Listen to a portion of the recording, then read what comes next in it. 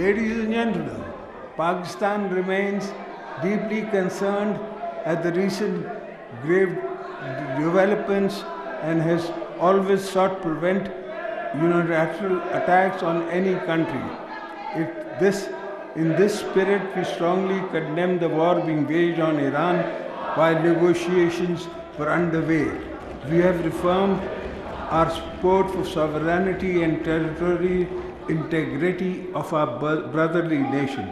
I join all Pakistanis to condoling the martyrdom of Iran's supreme leader, Ayatollah Ali Khamenei. May Allah grant him highest place in Jannah.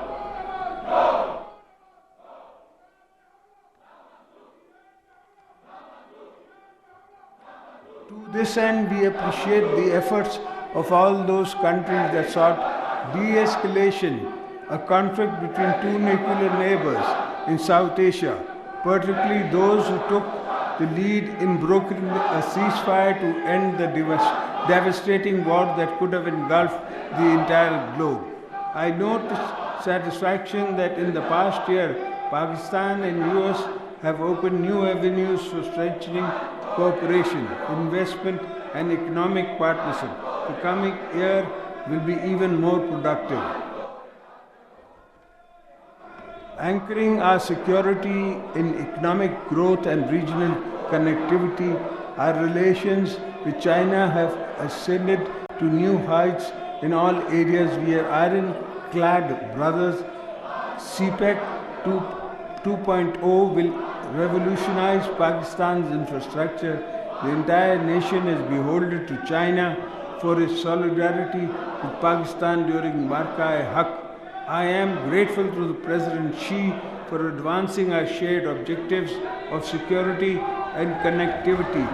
We have deepened our ties with Gulf countries, Azerbaijan and Turkey.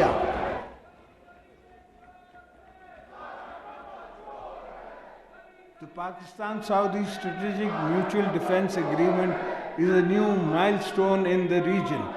Ladies and gentlemen, while our efforts today are focused on ending the sufferings of the Palestinian people and ending the destruction of Gaza, our principal stance remains unchanged.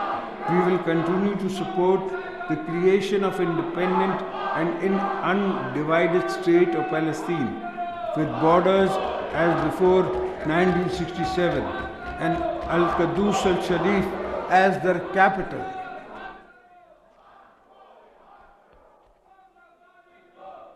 India attempts to manipulate the river flows and engage in what amounts to water aggression requires careful long-term policy planning.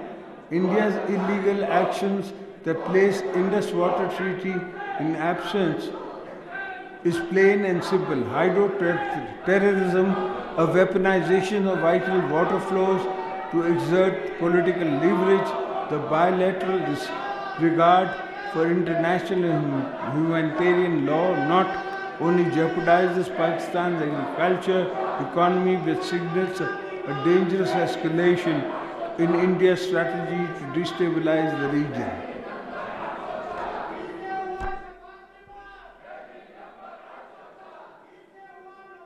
Rivers symbolize life. International law does not permit the unilateral blockage of water. This is not merely a bilateral issue. The stability of the region also depends on a web of trans-boundary water sharing practice. If one treaty is flouted, many others across the board may also suffer the same fate. We will defend our waters' rights with unity, resolve, and strength and legal clarity.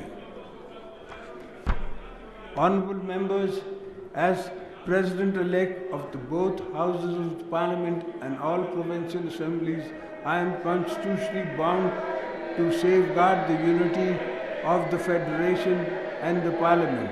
Provincial autonomy under the Constitution has strengthened participatory governance. A strong federation does not require centralization. It requires coordination, constitutional reforms, such as the Council of Common Interest, must function effectively.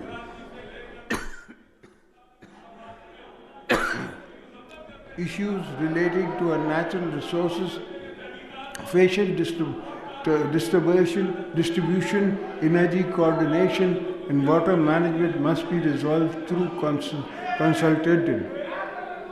A functioning and harmonious federation also requires an efficient, equitable distribution of resources